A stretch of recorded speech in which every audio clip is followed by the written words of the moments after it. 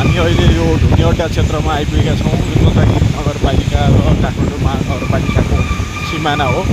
चन्द्रगिरी नगरपालिका वडा नम्बर 15 र महानगरपालिका वडा नम्बर 14 को सिमाना पर्छ। यो ढुङ्गेवटा भन्ने ठाउँमा छौँ। यो कालिका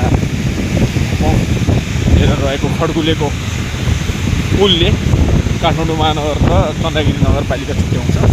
अहिले यहाँ काठमाडौँमा निरन्तर 3 दिनदेखि झरी परिरहेको छ। झरीले गर्दा जनजीवन अस्तव्यस्त भएको छ। मानिसहरू आफ्नो व्यक्तिगत काममा निस्किने मान्छेहरूलाई पनि निकै डिस्टर्ब गरेको छ, तनाव दिएको छ। यद्यपि गाडी घोडाहरू केही सङ्ख्यामा चलिरहेका छन्। यहाँ अहिले अब हामी यो चन्द्रगिरी नगरपालिका छोडेर काठमाडौँ महानगरपालिकाको सिमानामा आइसकेका छौँ।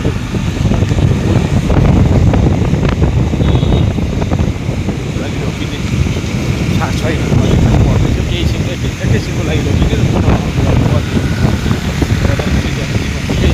अस्तव्यस्त भइसकेको छ। देख्न सक्नुहुन्छ मान्छेको चहल पहल। पलङ्की चोक उत्तरमा हामी अघि बढेका छौँ। दृश्यमा देख्न सक्नुहुन्छ यहाँले झरीले निकै जनजीवन अस्तव्यस्त भएको अवस्था छ। सबैको दिन शुभ होस्। जहाँ हुनुहुन्छ सुरक्षित रहनुहोला।